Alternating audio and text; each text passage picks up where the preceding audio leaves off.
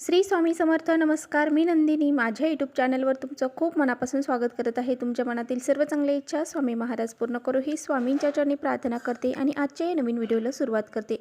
तर पहा, उद्या वार आहे शुक्रवार आणि या दिवशी आलेली आहे या वर्षीची महाशिवरात्री. महाशिवरात्री ही भगवान शिवशंकरांना समर्पित असते. या दिवशी व्रत करून भगवान शिवशंकरांची पूजा केली जाते. जर आपण या दिवशी व्रत केले, या दिवशी शिवतत्व हे जागृत अवस्थेत असल्यामुळं बरेच जण अनेक वेगवेगळे उपाय करतात. त्यामुळेच मी तुम्हाला आजच्या व्हिडिओमध्ये असा हा एक उपाय सांगणार आहे. इथे आपल्याला एक नारळ अर्पण करायचा आहे, ज्यामुळे कितीही कठीण इच्छा असू द्या ती तुमची पूर्ण होईल. सर्व दुःख, दारिद्र्य, अडचणी, भांडणे, आजारपण असेल ते सर्व नष्ट होऊन जाईल. असा हा अत्यंत प्रभावशाली उपाय आपल्याला उद्या करायचा आहे. त्यामुळे हा व्हिडिओ कुठे स्किप न करता शेवटपर्यंत नक्की बघा, जेणेकरून तुमच्यापर्यंत योग्य ती माहिती पोहोचेल. आपल्या चॅनलवर नवीन असाल तर चॅनलला लगेच सबस्क्राईब करा आणि असेच माहितीपूर्ण व्हिडिओ पाहण्यासाठी बेल आयकॉनलाही प्रेस करा, म्हणजे मी जेव्हा नवीन व्हिडिओ अपलोड करेन त्याचं नोटिफिकेशन सर्वात अगोदर तुम्हाला भेटेल आणि तुम्ही एकही व्हिडिओ मिस करणार नाही. तर बघा, आपल्या घरामध्ये सतत भांडणं होत असतील, कलह असेल, मतभेद निर्माण होत असतील. आपल्या घरामध्ये नेहमी एक व्यक्ती आजारी पडला की लगेच दुसरा व्यक्ती आजारी पडतो. सारखं वारंवार आजारपण आहे.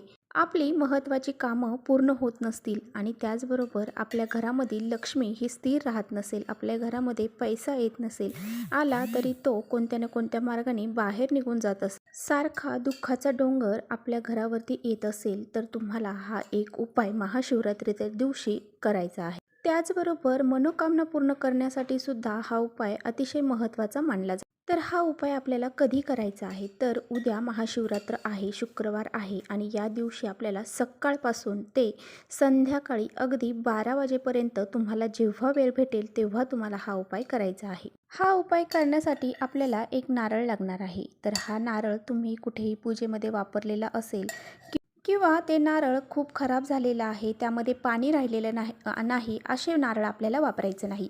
आपल्याला नवीनच नारळ घ्यायचा आहे, ज्यामध्ये पाणी असेल असं नारळ आपल्याला एक घ्यायचं आहे. आणि त्याचबरोबर आपल्याला एक कलाव्याचा धागा लागणार आहे. तर हा लाल पिवळा जो धागा असतो बघा, त्याला मौलीसुद्धा म्हटलं जातं. आपण बऱ्याच वेळा तो हातामध्ये बांधतो.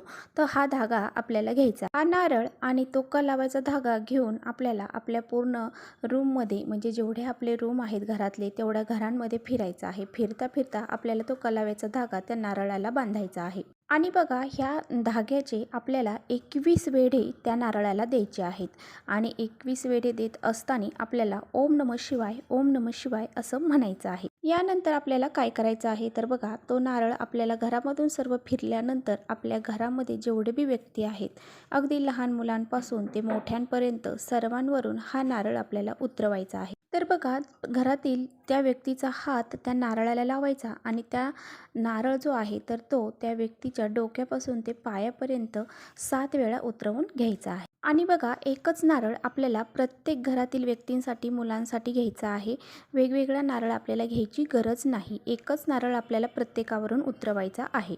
अगदी स्वतःवरून सुद्धा तुम्ही हा नारळ उतरवायचा आहे. आणि बघा, नंतर हे नारळ आपल्याला घेऊन जायचं आहे महादेवाच्या मंदिरात. तर पहा, महादेवाच्या मंदिरात घेऊन गेल्यानंतर आणि हा नारळ तुम्ही महादेवाच्या मंदिरामध्ये घेऊन गेल्यानंतर पहा, महादेवाची जी शिवलिंग आहे तर त्या शिवलिंगावरती आपल्याला हा नारळ अर्पण करायचा आहे.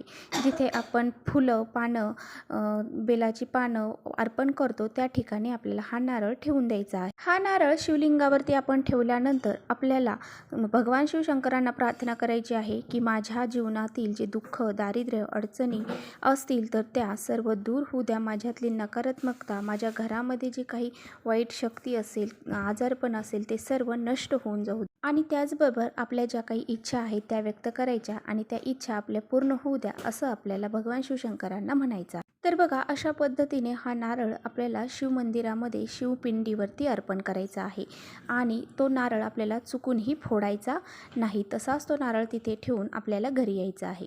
तर बघा, अतिशय छोटा उपाय आहे आणि अगदी प्रभावशाली उपाय आहे. त्यामुळे हा उपाय तुम्हाला आवर्जून दिवसभरामध्ये उद्या करायचा आहे, आपल्या घरातले संकट, अडचणी दूर करण्यासाठी. आणि पहा, आपल्या घरातील जी इडापिडा आहे, जे आजारपण आहे, जे संकट आहेत ते नक्की दूर होतील आणि आपली कितीही कठीण इच्छा असू द्या ती नक्कीच पूर्ण होईल.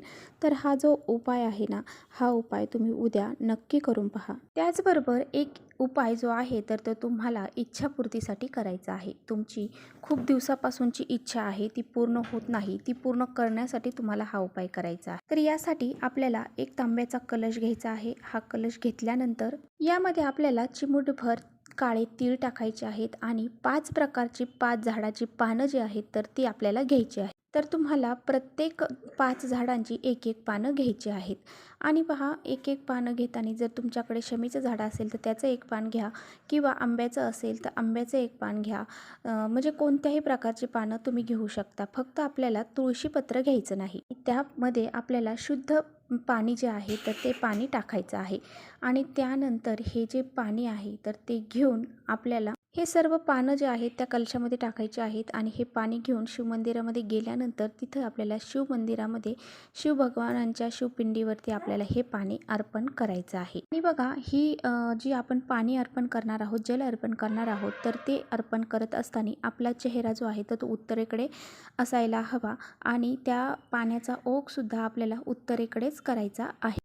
असा हा अत्यंत प्रभावशाली उपाय जर तुम्ही केला तर तुमच्या ज्या बी इच्छा असतील तर त्या आवर्जून पूर्ण होतील, नक्कीच पूर्ण होतील. त्यामुळे असे हे दोन्ही उपाय तुम्ही, प्रभावशाली आहे दोन्ही उपाय, तुम्ही उद्या करून याचा तुम्हाला अतिशय फायदा होईल. जर तुम्हाला हा व्हिडिओ आवडला तर नक्की लाईक करा. चॅनलवर नवीन असाल तर चॅनलला सबस्क्राईब करा. परत भेटूया अशा छानशा व्हिडिओसोबत. तोपर्यंत श्री स्वामी समर्थ.